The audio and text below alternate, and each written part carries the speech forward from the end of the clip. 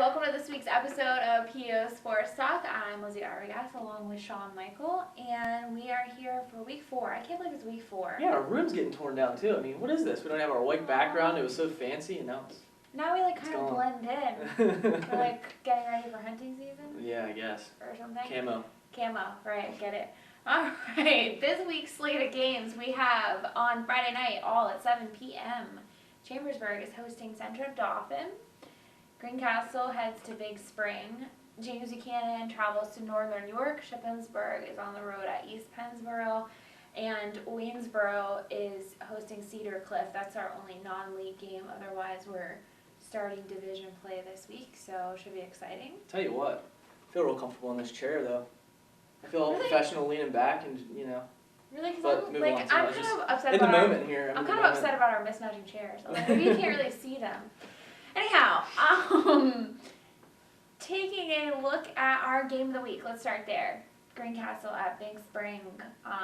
Probably thought it was going to be a better matchup until tonight when I talked to Bulldog head coach Corey Hoffman, and he said that their starting quarterback, Jarrett Petty, who's also their leading rusher, will not be playing this week.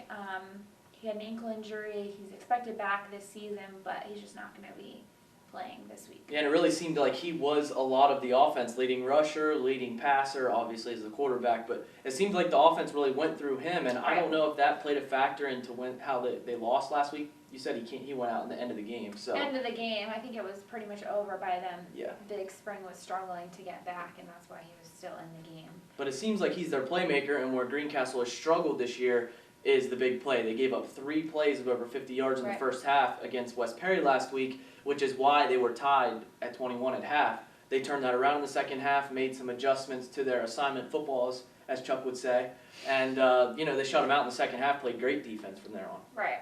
And Greencastle clearly has a pretty formidable offense in terms of people that can rush the ball well. Demetrius has 100 yards per Unleash game. Demetrius! James Hines has 100 yards per game. Bailey Parker has been doing fine. Derek Measley's been doing fine. And then that opens up the passing game for Spencer Myers. And when he has a good rushing game, that play-action fake works, and, they start hitting big plays. I mean, he's been right around 20 to 25 passes the last 2 weeks. I think that's right where Greencastle wants it. Right. And I think Big Springs clearly has improved a lot since last year, but I just see the Blue Devils, they have an advantage now. It just sucks for Big Spring because they look so good, and now they're coming into division play, and they're their biggest man down. Right. Of course, he did. Coach Hoffman did say that the guy who's going to start is a sophomore, Ethan Lee. He's been working out with the top 2 quarterbacks. He knows the offense, so he doesn't feel like it's going to be, but it's still a sophomore in a varsity debut in week 4. In a big division game, nonetheless. Your first one. Yeah. Let's also, another close game, or potentially close game, we think could be Shippensburg at East Pennsboro. Mm-hmm. East Pennsboro was a co-division champion last year with Waynesboro. They're a little bit, they lost a lot, I think, to graduation. Where do you see Shippensburg? I think it depends on which offense we get out of Shippensburg. They seem to be really slow in that first half last week, and then third quarter, bam, 20 points that quick against Bermudian Springs. Right. I'm sure it takes some time for Tyler Gustafson to get in a rhythm, but I think Shippensburg's going to have some motivation this year because East Penn stuck it to them last year, and a lot of those Ship guys are back and remember that game. Right, and like you said, I think Shippensburg's going to need to get going early because I don't think that they're going to be able to climb out of a hole against East Pennsboro the way that they did against Bermudian. Right. Because you can tire a team like Bermudian out with, they didn't have but one returning starter. Right. Hometown game, Central Dauphin at Chambersburg. Ouch. Yeah. It's going to start getting brutal here for Central Dauphin is 3-0. They beat Wilson, who is a state powerhouse. Chambersburg lost 39-0 to Lower Dauphin last week. The fact of the matter is Chambersburg had their best chances to win those first 2 games with Greencastle and Ship, and now it's just they're gonna have to find those little, I don't want to say it, but moral victories. Saunders hates that word. Right. Everyone hates that word, but the fact is they're just not a good enough team to compete with some of these top tier teams in the Commonwealth. And I think it must be hard to prepare. I don't understand as a coach how you keep preparing your kids for these games when he called Lower Dauphin a winnable game, but it probably was not a very winnable game. No. Central Dauphin is probably not a very winnable game, but do you say that to your kids? I mean, how do you get them pumped up for a game like this when you know it could be another 39-0 loss? I think the thing you tell your kids is any given Sunday. I mean, you've seen all these upset stories and any given Friday.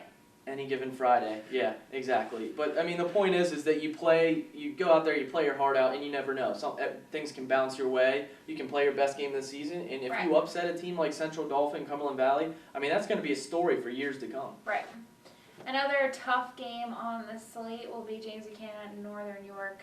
JB their offense is just not there. 6 points in 3 games. Yeah. That's all there really is to say about it. Yeah, when you're averaging 2 points a game, you're not going to win any football games, which they haven't.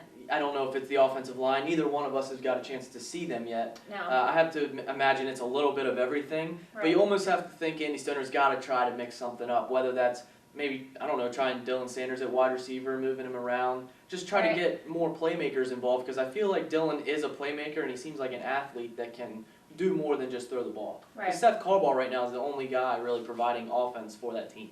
Right, and I mean, I think there's something to be said for Remy Spoonhour's younger at quarterback, maybe groom him a little bit for next year, while you have somebody like Dylan that you can fall back on, especially when Dylan can help teach him, things along the way. When you kind of see that the season may not be going the way that you wanted it to.